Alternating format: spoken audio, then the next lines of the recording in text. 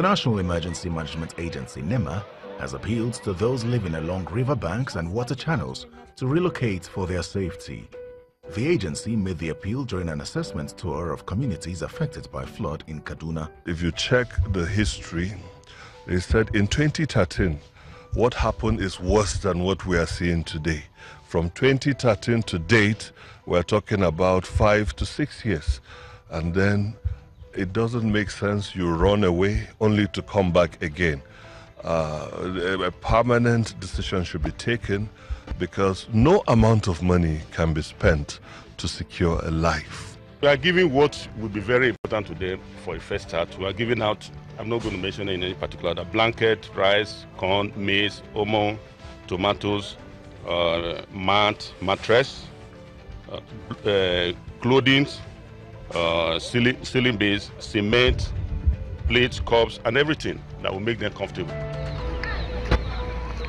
Following the release of a statement by the Nigerian Hydrological Services Agency, NISA, on the recent flooding in the country, I sat down with the Director, Engineering Hydrology of the agency, Engineer Clement Nse, to find out possible measures to mitigate the effects of the flood.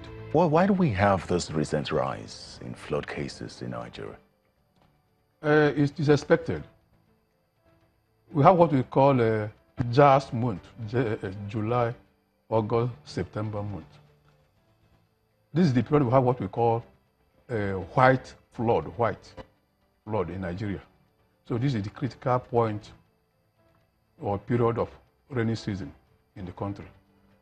And also going by NIMET prediction in their SRP in 2018, rainfall will cease.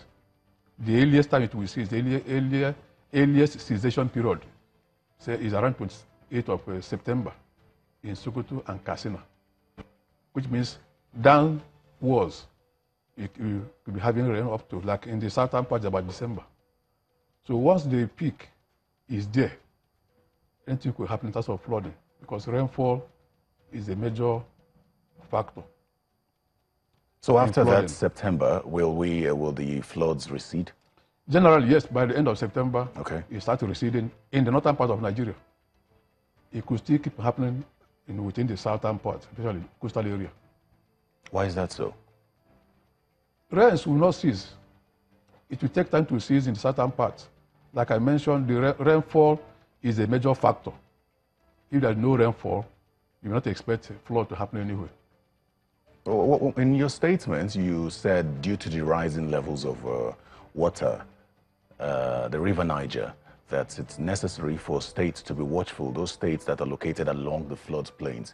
Could you explain what you mean by being watchful in a language that could be easily understood? The one we are talking about currently is the river flooding, because the upper catchment of River Niger, Niger took its course from the Futajalan Highlands in Guinea, traversing so many countries. The catchment area is about 1.5 million square kilometers. Everything also passing through Niger, Benin, down to Nigeria. So whatever happens upstream, even the contribution from Côte d'Ivoire and Burkina Faso, flow into River Niger. Now, because of the rainfall that took place in those areas, the flood they experienced, the water started moving on to Nigeria. So, as of today, Kainji Dam is still spilling water, because the certain threshold in the dam level, reservoir level, once it's getting there, they must open the door for the water to pass gradually. And once they start doing their own, in Kainji, Jeba Dam, about 100 kilometers downstream, will follow suit. So Jeba is already spilling water. And then the flood incident that happened in Kaduna, getting to 2 weeks ago, and the continued rainfall, it overwhelmed the river Kaduna, and then moved on to Shirodo Dam, which is on River Kaduna. Let me take you back to the question I asked earlier. When you say be watchful, what do you expect them to do? Now, to a large extent, the states have been sensitized. Like this morning, as I was coming here, I was answering a call from the Commissioner for Water Resources, Kogi State. Every day, we exchange data. Now, they have been very watchful. They have mounted the campaign along or within those local government areas that in the bank. That's what I mean by being watchful.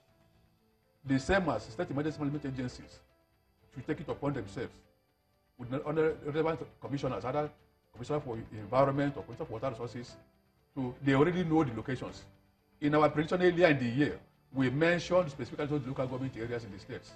You've already put out a statement issuing a warning, impending flood warning. Is it something that is definitely going to happen, or are there possible methods, preventive methods we could put in place to either stop it or at least reduce the eventual effect?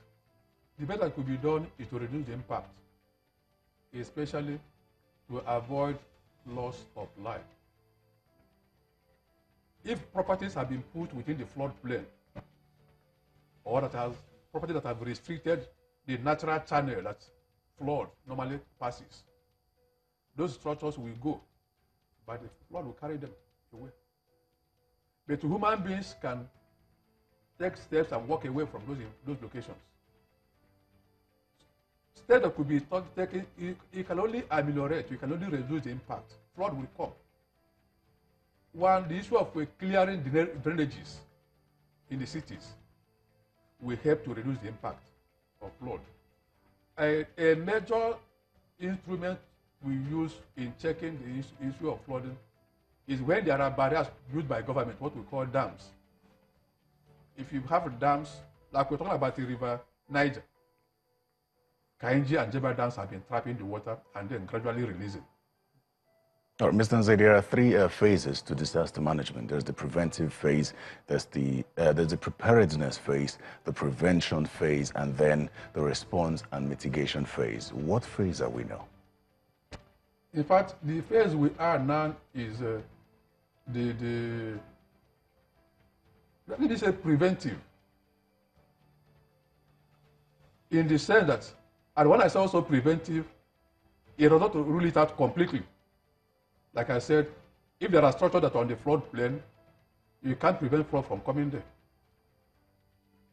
A state mentioned is that they had what is called a wet housing and dry housing program.